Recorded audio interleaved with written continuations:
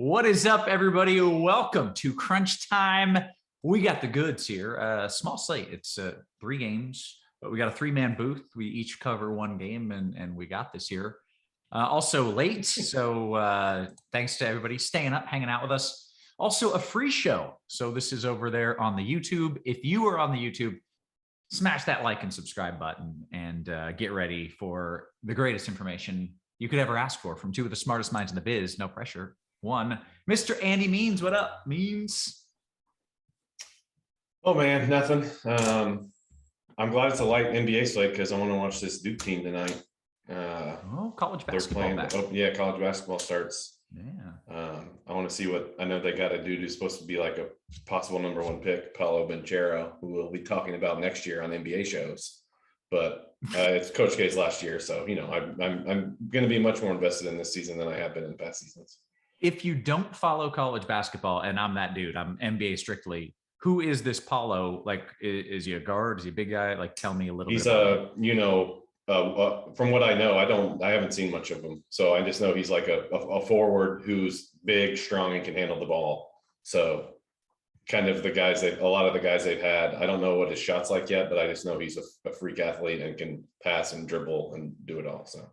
Okay. Well, now I almost want to watch, but not enough to actually watch Duke. So got a sweet name though, Paolo Banchero. Kind of. It's pretty sweet. I was like, is he foreign? Like, is he like Italian? I don't know. It sounds great. We'll find out.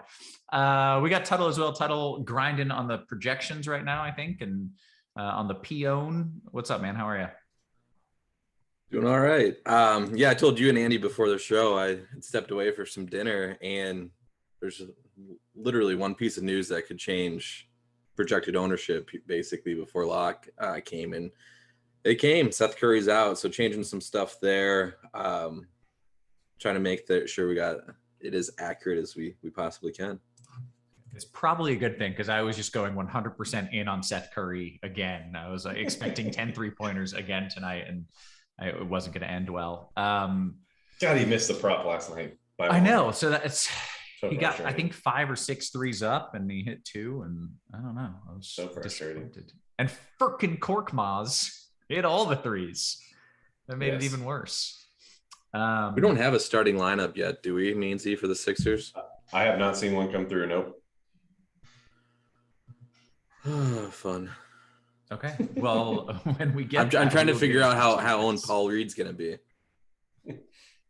And that is largely going to change on if he is in the starting lineup or not. Okay. Well, once we get that news, we will get it out to you. But in the meantime, Means, can you give us kind of a zoomed out look at what we're dealing with here? It's a small slate. There's not many moving pieces. Apparently, there's one very important moving piece, but outside of that, pretty straightforward. Yeah, an important one for Tuttle's workload, that's for sure. Yeah, like whenever we're on the show with Tuttle, he's just over there ignoring us. Like he's just looking at this other screen. It's like he's like shunning us. It's sad but true. He just got his nose stuck in the Peon. We gotta get this man off Peon if he's on the show. I feel bad. He's doing literally 2 important jobs at once. Zooming out, there's not a lot now. I do want to know what the starting lineup is. What do we have projected? We have Paul Reed in there starting at the 4 with Drummond, and then Maxey, Korkmaz, and Green. Injuries, basically DeAndre Hunter and Bogdan Bogdanovic are the only ones we're waiting on. So if both of those guys are out, like there's some cheap hawks that are like Herter and Reddish that'll be pretty good salary plays. But it's going to be tricky because I doubt we find that out before this first game starts.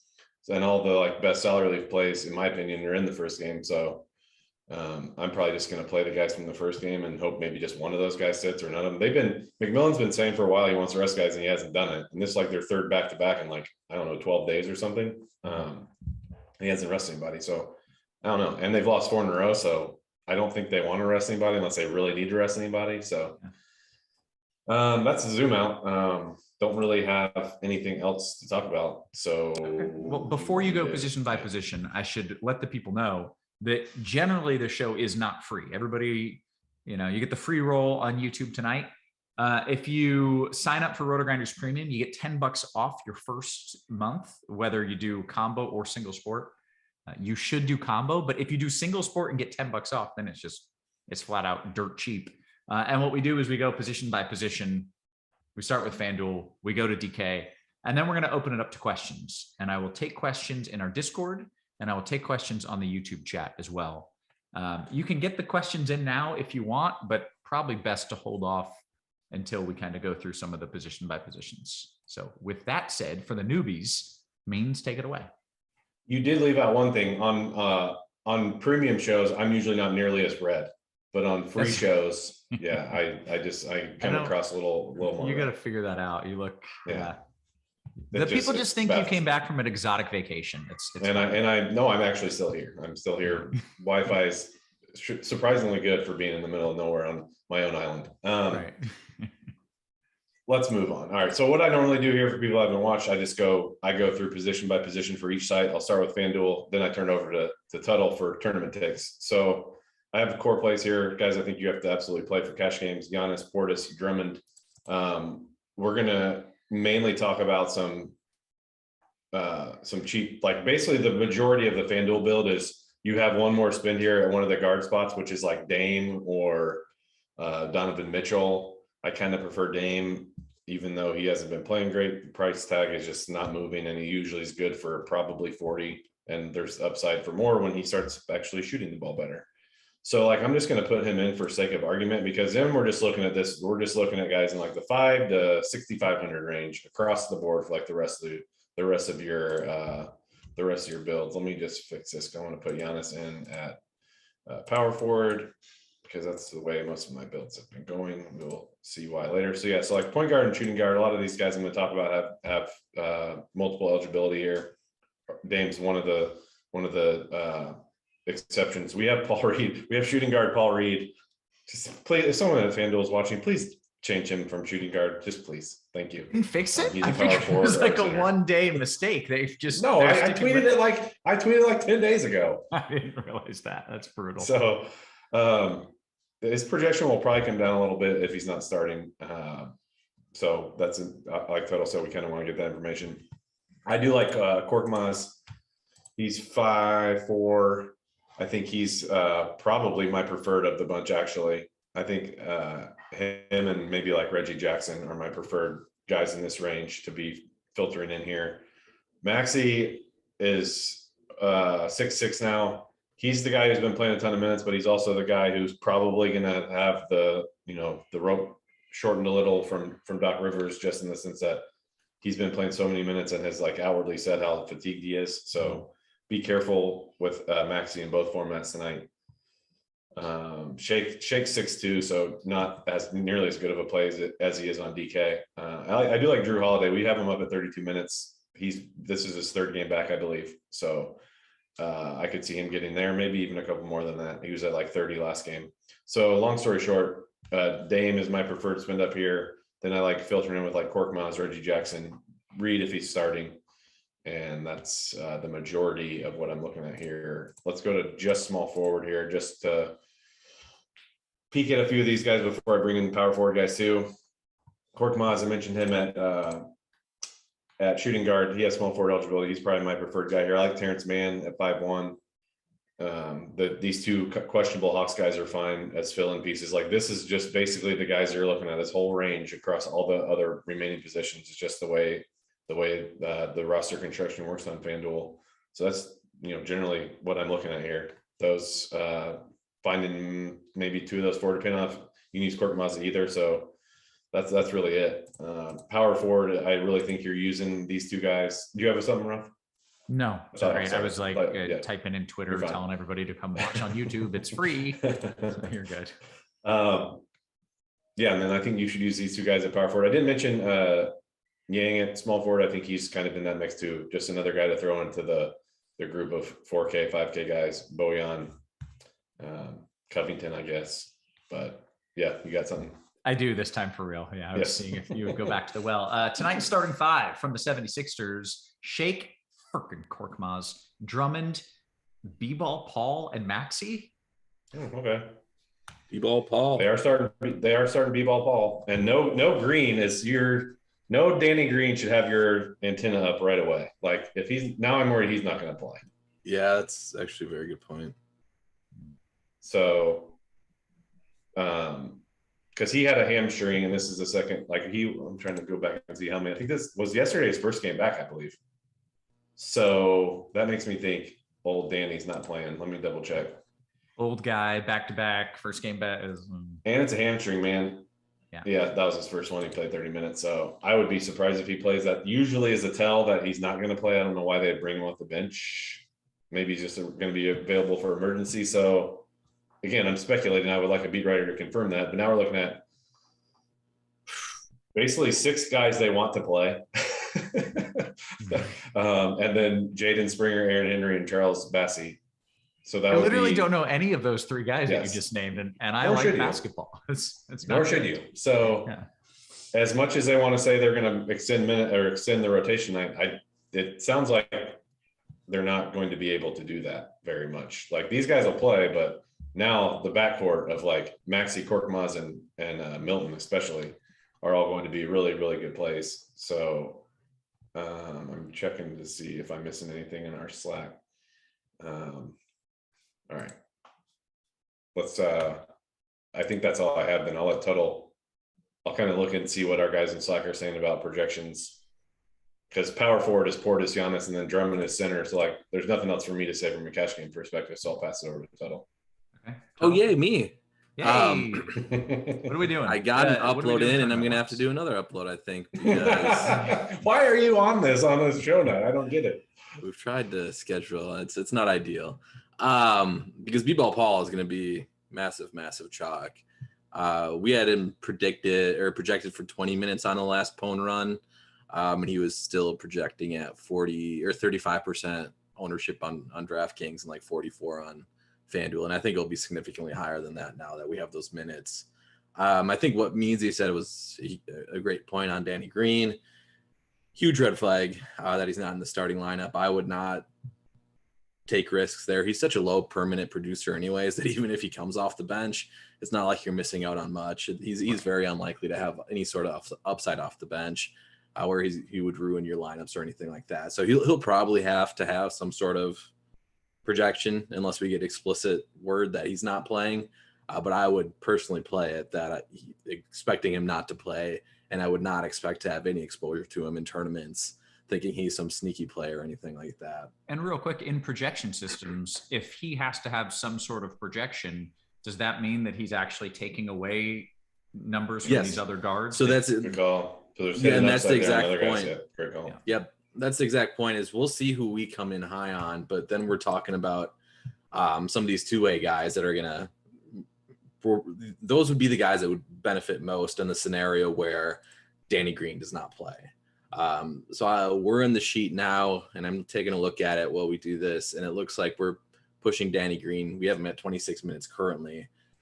So again, that's 26 minutes to go around. So if they don't bring that down, then we're probably looking at like Jaden Springer. I think he might have a different read on this. I think Springer's the more likely candidate for heavier minutes. Is that your read? Keith Pompey is saying that Danny Green is coming off the bench. So that insinuates he will play, but it also insinuates he's probably going to play like 20 minutes tonight, maybe. I don't know. So just wanted to butt in there because that was news. Okay. Yeah. And I think there's way more downside than there is upside to playing Danny Green off the bench. Like, oh yeah, he could play 40 minutes and not do a whole lot. Yeah, exactly. We've seen it. We've seen him in the past do that and just not be fantasy viable still. So guys that would, some of those two-way guys, Jaden Springer, as I mentioned, I think is fine. Tournament dart, if you want to go that way. I have not looked at. I should have looked at his G League numbers before the show. I think he is actually a fairly decent producer, but other guys would be, Springer. Yeah, Springer is the preferred one if I recall. Yep, of the two. Other guys would be like Shake Milton, would see increased run. Tyrese Maxey, although I think there was a quote out there that Maxey's kind of tiring. So he could be another guy that maybe he could be a guy that's not pushed too hard, I guess, minutes wise. And they could just go to some of these younger guys, especially if the game kind of gets out of hand and turns into a blowout, then it would definitely be somebody like Springer that would be probably getting that blowout run over Maxey or anything like that. So it's an interesting situation for tournaments, these Philly guys, because I do think some of them will be obviously pretty high owned. it's hard to recommend fading any of these starters though. I mean, because it's like, even if the game turns into a blowout, they're just gonna have to play minutes still. They just don't have bodies to give minutes to. So it's a slate where Philly's gonna project as huge chalk, but I think rightfully so. And Paul Reed would be one of those guys I like a lot, but again, he's gonna pop quite a bit now that he's in the starting lineup. But I guess we can talk about other teams because there are, I guess, only 5 other teams on the slate, so it's not nearly as exciting. Real quick before we move on, I do have a question about guys like Springer. I imagine he's min price since he's a two-way player. Are we in a scenario tonight where we need to spend down on these guys, or can we just use kind of cheap 76ers, those guards that are going to get a lot of minutes, so that we don't have to go to the bottom? Like in tournaments, is there worth spending down so we can get up? It can be if you want to jam Giannis and like Paul George, who are actually both very good plays, unsurprisingly. Yes, no, I do so there could be like, again, Springer would be the guy that I'd take shots on. So there could be lineups where if you're trying to jam in Giannis, Paul George, and even even another semi-high price guy like a Damian Lillard or something like that to pair with Paul George in that game, then yeah, there would be reasons to take a shot on a guy like Springer for sure. Okay. Now you can talk about other teams. Yeah, it's not nearly as interesting. We got Atlanta questionable news too that broke with one of the later injury reports today. So that would be another situation. But I think the thing to point out with that one is DeAndre Hunter and Bogdan Bogdanovic are both questionable. Thing is, if one of them plays, it's really not that exciting minutes wise for other guys. Like they still have enough bodies to spread it around. Kevin Huerter would be the most likely candidate to start if either of those guys are out. But again, if one of the guys plays, Huerter's probably still playing less than 30 minutes, and it just doesn't do a whole much to their rotation. Both guys would have to be out before we start thinking that any of those guys are even in the same range or realm as the Philadelphia value plays, which are significantly better. Trying to think if there's anything else worth touching on. I know George Hill was kind of popping a little earlier as a fairly popular value play. I think he would be almost completely out the door for me now. I'd much rather take shots at some of the cheaper Philadelphia guys. George Hill's upside is just relatively capped. So I'd rather look elsewhere for that. I don't know. It's a 3-game slate, so it's not like you can really manipulate ownership too much in spots like this. Like Paul George, I wrote up on the expert survey as my favorite contrarian option, but he's not going to be contrarian on a 3-game slate. I think he's going to be actually a relatively popular. I think he's going to be the popular, if people don't play Giannis, people are going to play Paul George type of thing. Mm-hmm. So he'll still gain ownership, but I do like the obvious pairing of Dame and Paul George in that game. Okay, excellent. Guys, if you're just jumping in and you're not signed up for RotoGrinders Premium and you're watching free on the YouTube, you get $10 off your first month. Hit like and subscribe. Means, what are we going to do about DK? I'm looking at these price tags like Giannis, of course, 11.4 is like, yeah. I'm glad you brought him up because if people were following on my screen share, I just untagged him on DK, and not because I don't love him. I'm still going to try to get him in, but positional stuff works in against him now.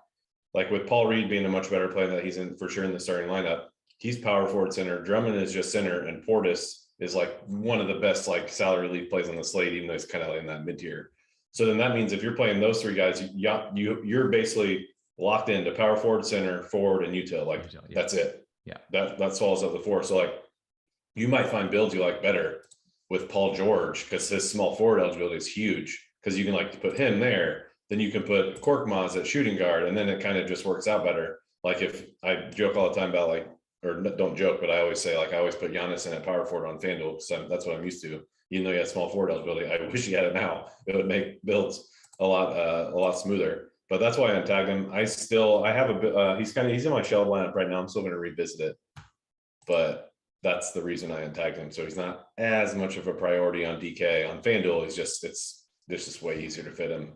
He's definitely still the guy over there. So that'll kind of be my segue, I guess, to talk about DK in general. And similar to what I talked about on FanDuel is just we're going to be hitting this 5K range basically. Like point guard and shooting guard filtered on here, and it's Shake Milton and Furkan Korkmaz, and then there's like this range above them where it's Drew Holiday at 6'4", and then CJ McCollum at 7'2". You're probably getting one of those mid upper tier expensive guys, Drew and McCollum. One of those guys are probably going to be your other spend, in my opinion. And it works out that they're both guard. They have guard eligibility because we were already jamming in all these forwards and centers. So that's generally speaking what I'm doing. One other guy I'll mention just because he's like, or two other guys I'll mention just because they're kind of like last piece sort of things. The first is George Hill, who's 3'6", and he was like a fixture in my lineup all day until like some news started working here a little bit with like Curry and Green coming off the bench. So he's fine, not popping up in my builds anymore. And then Eric Bledsoe, like it's just in this range of like him and Connaughton are it's just kind of last piece stuff. So he's fine. But in general, those are the main guys I'm looking at. I want to be looking at Shake and Firkin specifically. So small forward, I'll move over there, and Firkin has small forward eligibility. I talked about Paul George. I don't really like. You're almost certainly putting Korkmaz here unless you're doing the Paul George build. Niang has small forward eligibility, and he's fine there too. That's really it. There's just no one else to talk about at small forward in my builds. I think you're just absolutely putting Korkmaz there. Korkmaz or George, depending on how you're building. I don't think there's much reason to talk about anything else. I already talked about all the power forwards and centers I want to play. Well, let me just double check on center here in case there's someone I'm missing. No, don't think so. So then you're just, the guard spot, I already talked about the guys I want to play there. So it's kind of a condensed pool for me tonight. I know it's 3 games, so that's not saying a lot, but there's not a lot of guys I want to consider. It's just, I'm shocked at how much consideration I'm giving to not playing Giannis tonight, and that scares me a little bit because even though he's more expensive than Paul George, I just much rather play Giannis than Paul George. Yeah. So that's all I got, man. It's not that intricate of a discussion on DK, I don't think. Okay, let's talk tournaments. Tuttle, I want Paul George and I want Giannis, and that leaves me choosing between Korkmaz and Portis in the util. Is Korkmaz like a must play there? No, he's not. I will say if you're using our projections, I still think we're actually kind of light on him.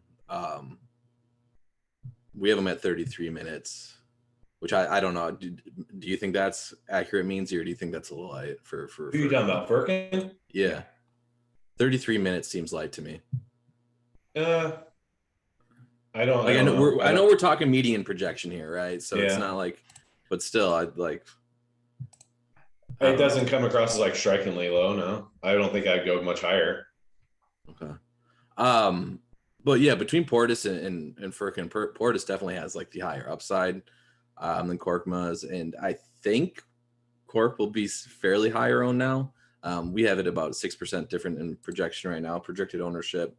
The only reason why I was hesitant because I do think Firkin has a higher minutes projection and potential than what we have right now. Right. I would give a slight lean to Portis, but I think both are fine options unless you're just looking to avoid chalk, basically.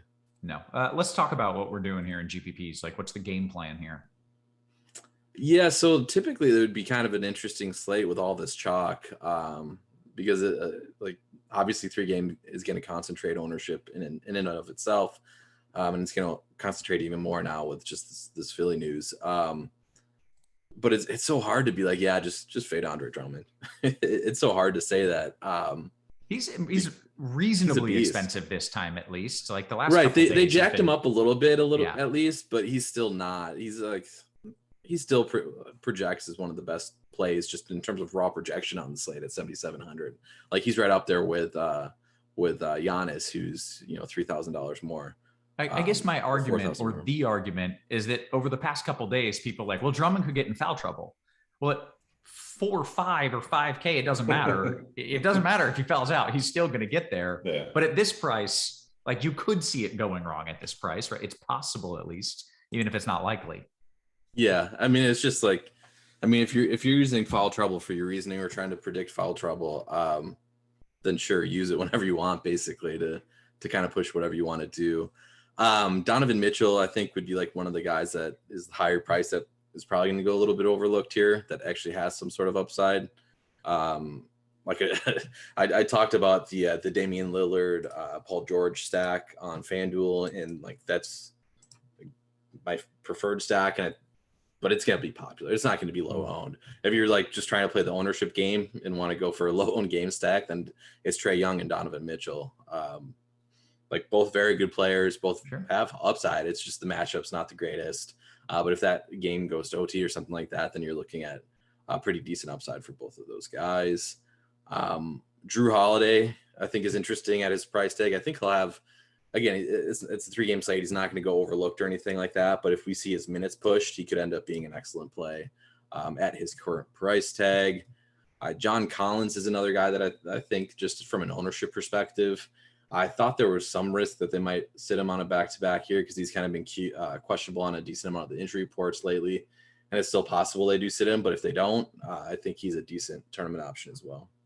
Okay, excellent. That's something I would say. I was kind of adamant when I signed on DK about small forward, how I think it needs to be one of Furkan or Paul George. I found a build I like with Yang in there, so he's another guy I want to throw in the mix. Okay, great. Guys, we've got 12, 13 minutes here to take some QQs. Let's do it. And I'll be taking questions from both the Discord and the YouTube, but we'll start over on Discord with our premium members. Is Paul Reed a good fade in a FanDuel GPP? Tuttle, can you endorse fading the man who is now starting and is one of the chalkier plays? Please call him B-Ball Paul. That's his real name. Excuse me. B-Ball Paul. B-Ball Paul. Well, we saw Paul? We saw B-Ball Paul's floor yesterday. Yeah, 5 minutes of it. 5 minutes.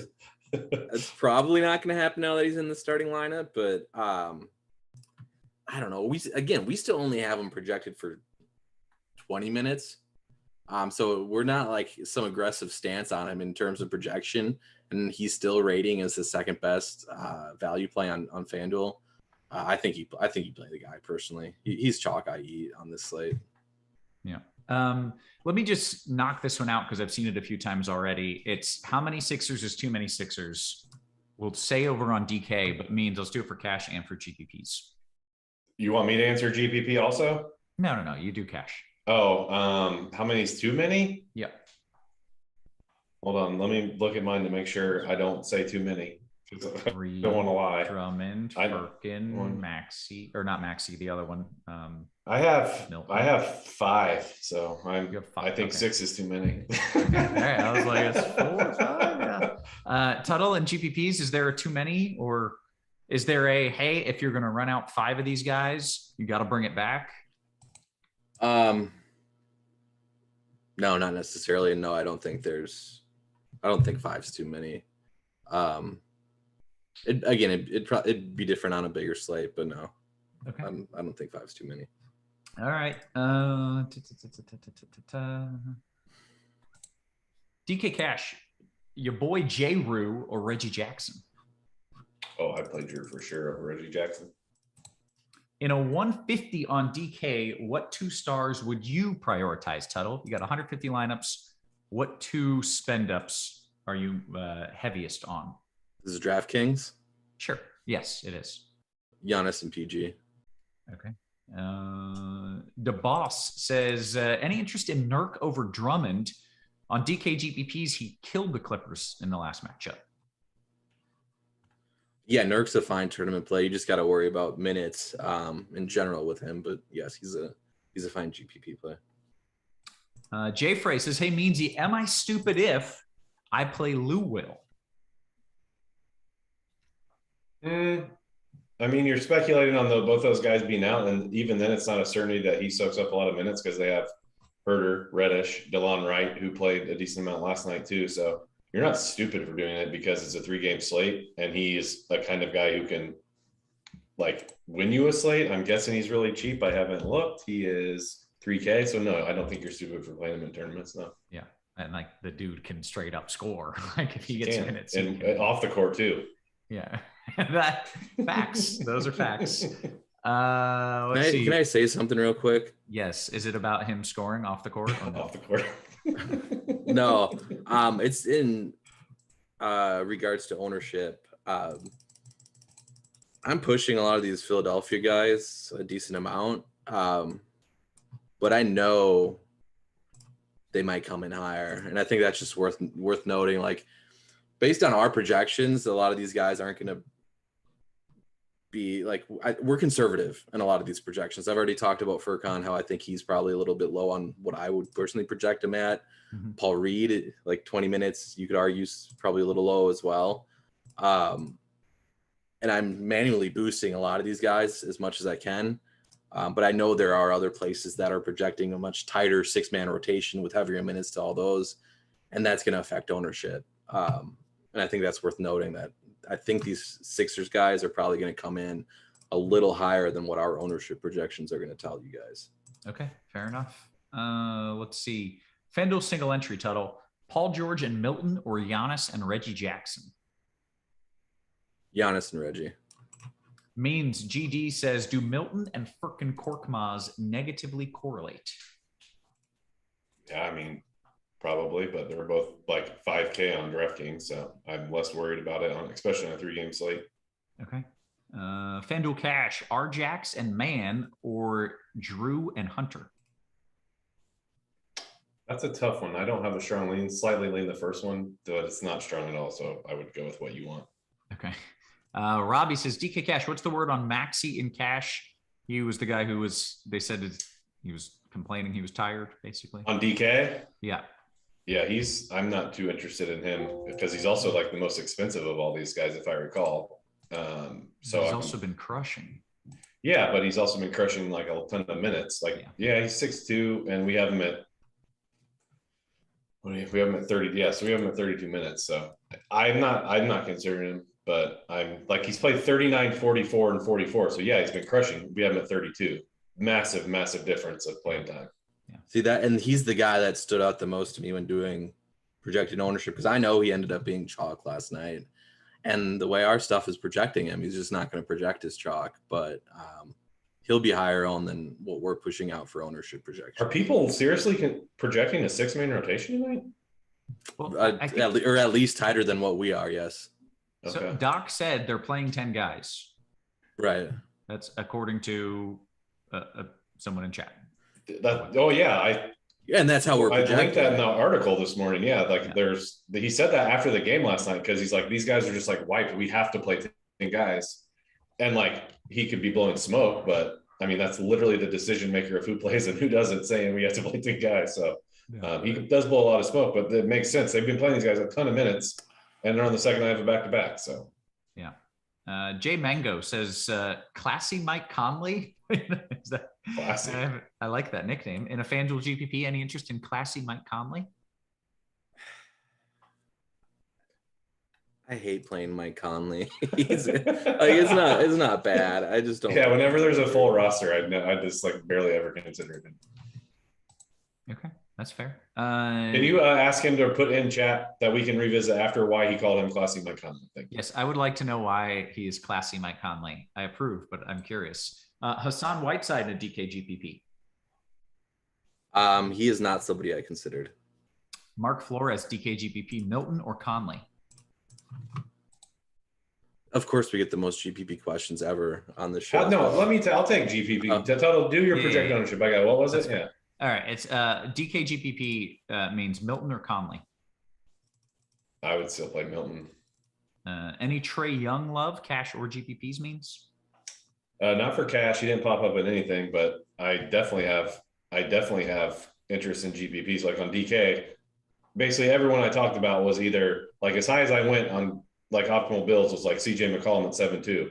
Everyone's going to spin on a forward like Paul George or Giannis. So like Trey Young is just, relatively speaking, is not going to be heavily played tonight. Okay. Achilles, speaking of CJ, do you have any McCollum in your DK build?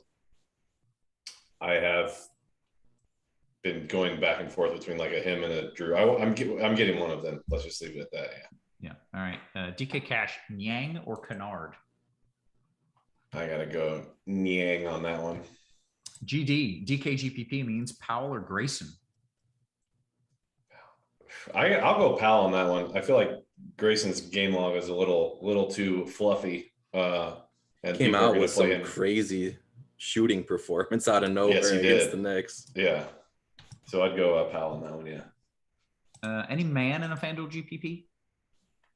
Yeah, plenty. Yeah, I don't remember what his ownership was looking like, but he was like an optimal builds for me, or an optimal decision point. So I don't remember if that meant he had inflated ownership, but I think he's fine. Yeah. Jason Robinson says Maxi and CJ or Reggie and Capella in a DK single entry. What was the second part of that? It was Maxi and CJ or Reggie and Capella, DK single entry. The second one. Daniel, FanDuel single entry, Capella or Drummond? I think you go Capella there. Like there's got like Drummond, like you made a good point, Ralph. Like he is way more, there's just way more things working against him tonight than there was the past 2 nights he's been a play. So if you're trying to get first place, I would play Capella. Okay. Darren Unger says FanDuel. I think I'm back for what it's worth. Okay. Yahoo! Excellent. FanDuel, Dame Jackson or CJ Drew? If that's cash, I'd definitely do the CJ Drew. All right.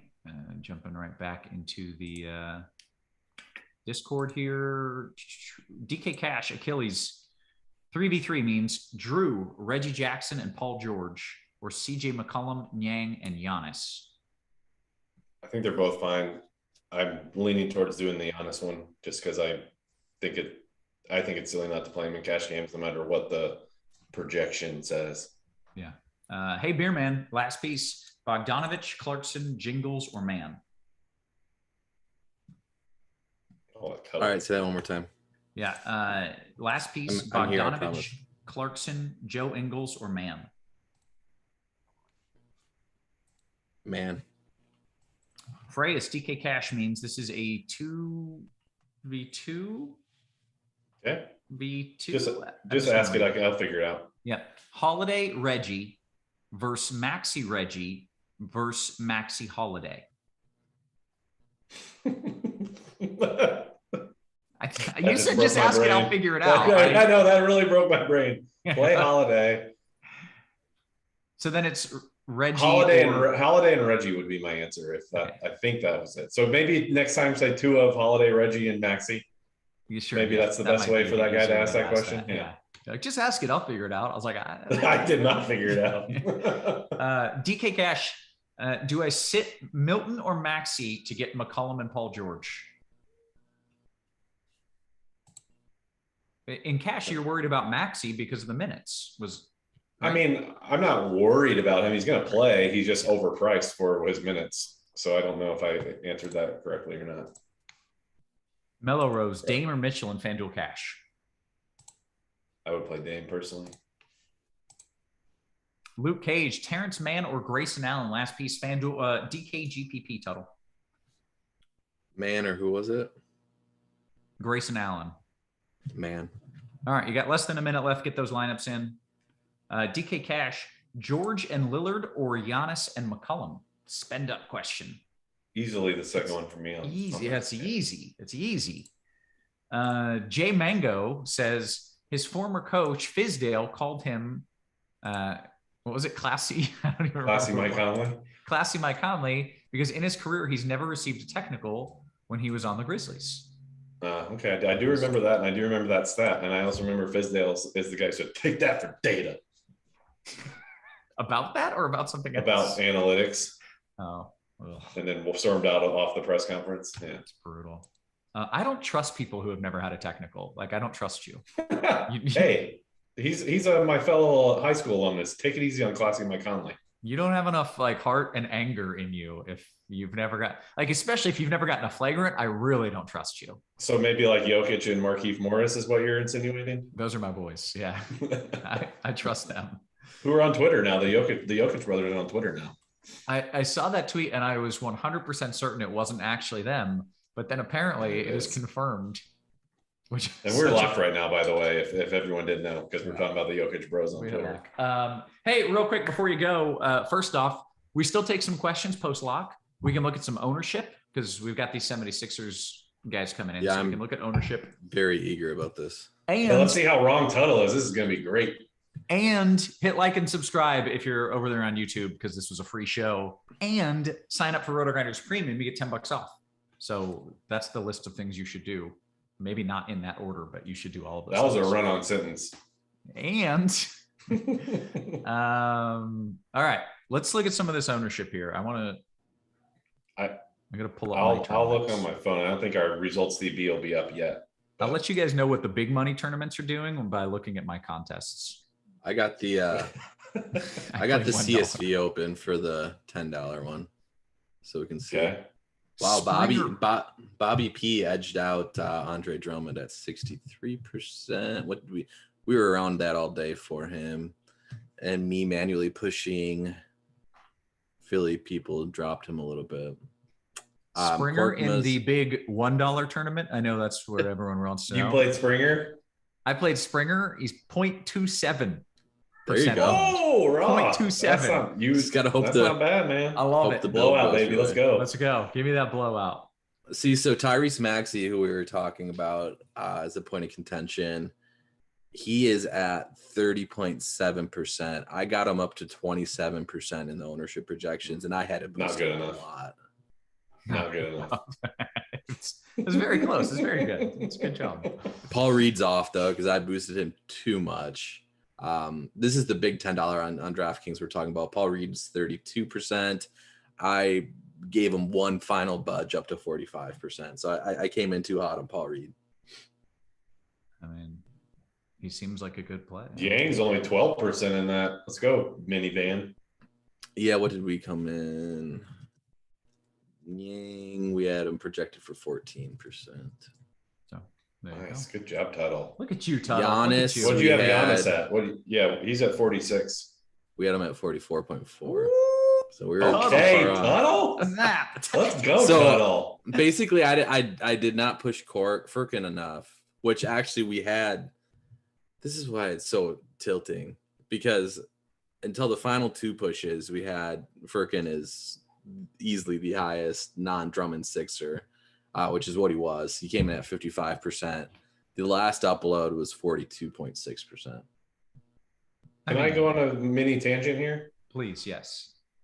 Please don't be that person out there who like criticizes projected ownership. Like, it's so one, you're trying to guess what other people are going to do. Like, I don't know what other people are going to do. Right. Two, you're like factoring. You have to also somehow factor in like what everyone else in this industry is doing.